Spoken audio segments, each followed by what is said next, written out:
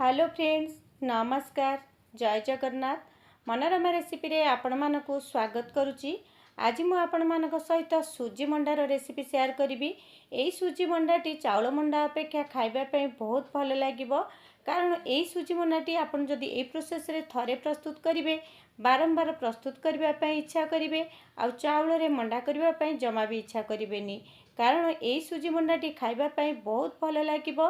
पूरा नरम रहिबा सहित रसगोला परी आपन को खाइला बेले लागिबो। एबे चलतु रेसिपीटी स्टार्ट करिबा। प्रथमे मु कड़ाई रे नड़िया कोरा नेली। एटी दुईटी मीडियम साइज नड़िया नेइची कोरिकी तापर आमे एटी आवश्यक अनुसार आपण एटी गुड़ देबे। गुड़ देला परे नड़िया और गुड़ को भल भाबे मिसई नबा। जे पर्यंत गुड़र पानी अंश बा नड़िया रु भल भाबे पानी अंश न सुकीची से पर्यंत आमे एटी गुड़ और नड़ियाटी को भाजिबा। भल भाबे आपण एटी गुड़ और नड़ियाटी को भाजिबे जेमती सबु जली अंश बा पानी अंश सुखी जिवो। एबे देखंतु धीरे धीरे यार सबु पानी अंश सुखी गलानी। सुखी गला परे आमे सेतरे टिके बास्ना पई गुजराती और गोलमरिचर गुंड एठी देदबा। देकी ताकू एठी भल भाबरे मिसई नबा।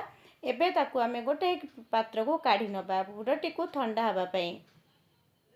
एटी हमर पूराटी प्रस्तुत हो गला। एबे चलंतु सुजीर जंतुटी प्रस्तुत करिबा। एई सुजीटी जंतुनी करिया पई मुठी पाखापाखी 500 ग्राम रो सुजी नेची। प्रथमे गोटे सुखिला कढ़ई नेची। एथरे मु तेल किंबा घिओ किछि भी व्यवहार करिनी। सुजी को देला परे मीडियम आंचरे आमे सुजीटी को भाजिबा। आपण सेई पर्यंत सुजीटी को भाजिबे जे पर्यंत सुजीर टिके कलर चेंज न होईची।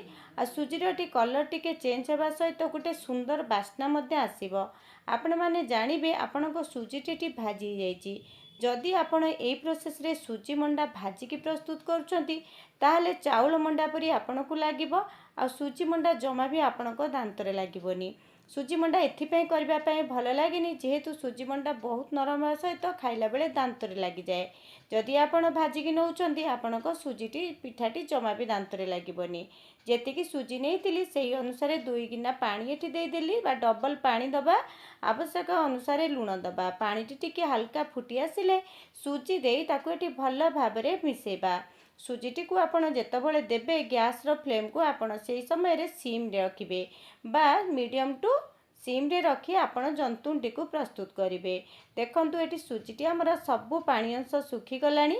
एबे गैस रो फ्लेम सिम अछि। मु ताकू घोड़े की 5 मिनिट पर्यंत छाड़ी नउची।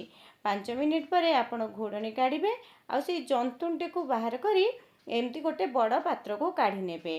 पात्र को काढी नेला परे सुजीटी को आमे एठी ठंडा हबा पई छाड़िबा।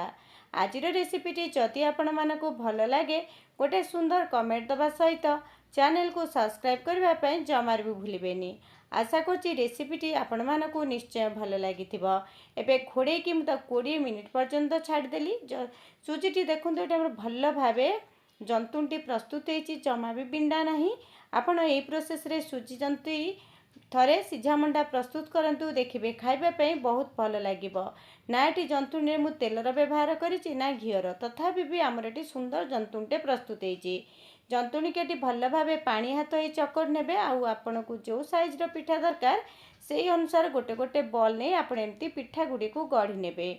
पिठाटी को गढ़ी नेला परे आमे एठी पुर दबा। पुरटी की भल की देबे कारण ए मंडा रे पुरटी की अधिका रहिले खाइबा पई भल लागे। आपण एठी देखंतु मु गुड़ रे पुर प्रस्तुत करछि। आपण चाहिले मध्य चीनी रे करि परिबे किंतु ए सिझा मंडा गुड़ रे पुर कले खाइबा पई बहुत भल लागे। एठी देखंतु हमर पिठा गुडी को एई परि भाबरे गढ़ी नेबे। जो ऊपर एक्स्ट्रा अंश थिबो ताकू आपण काढी नेबे। एई प्रोसेस रे चलंतु सबु पिठा गुडी को बनै नबा। आशा करछि रेसिपीटी आपण मानकु निश्चय पसंद आसीथिबो। जदि वीडियोटी भल लागे आउ थरे रिक्वेस्ट करछि चैनल को सब्सक्राइब करबा सहित आपण वीडियोटी को शेयर करनेबे। आपण माने चाउल रे तो पिठा करंती थले गोटे थर ए प्रोसेस रे सुजी मंडा घरे निश्चय प्रस्तुत करंतु। आ केमिति लागिला आपण खाइला परे ही जानि परिबे। कारण कंचा सुजी अपेक्षा भजा सुजीर पिठा खाइबा पई बहुत भल लागिबो। एठी देखंतु मु गोटे बड़ डिश नेची तापर एमती गोटे जाली रखी नेची। जाली रे एबे आमे पिठाटी को दे दबा। आपण चाहिले जाली रे किछि तेल मध्य लगेई पारंती। पिठाटी को आपण एमती देई देबे। देई देला परे आमे आकु 10 मिनिट पर्यंत स्टीम करिबा बा सिझेइबा। 10 मिनिट जाए आपण एठी पिठाटी को सिझेई नेबे। देखंतु एटी ए प्रोसेस रे सब पिठा गुडी को जेतिकी करिथिली बा जेतिकी लागिला सेही अनुसार देदबा 10 मिनिट सिझबा पई छाड़ीबा 10 मिनिट परे गैस को बंद करी बा एई जालीटी को आपण काढी नेबे भल भाबे ठंडा हला परे आपण पिठा गुडी को काढिबे जदि पिठा देखिबे छाडु नथिबो अल्प टिके टिके पानी हाथ होई पिठा गुडी को बाहर करि नेबे पिठाटी बहुत सुंदर भाबे बाहरी जिवो किंतु गरम अवस्था रे आपण पिठाटी को जमा भी काढिबेनी ताले आपणक पिठाटी भांगी जिवो सेति सबु बेले ठंडा हला परे आपण पिठाटी को काढिबे। आशा करछि रेसिपीटी भल लागिथिबो। रहुछि नमस्कार। जय जगन्नाथ।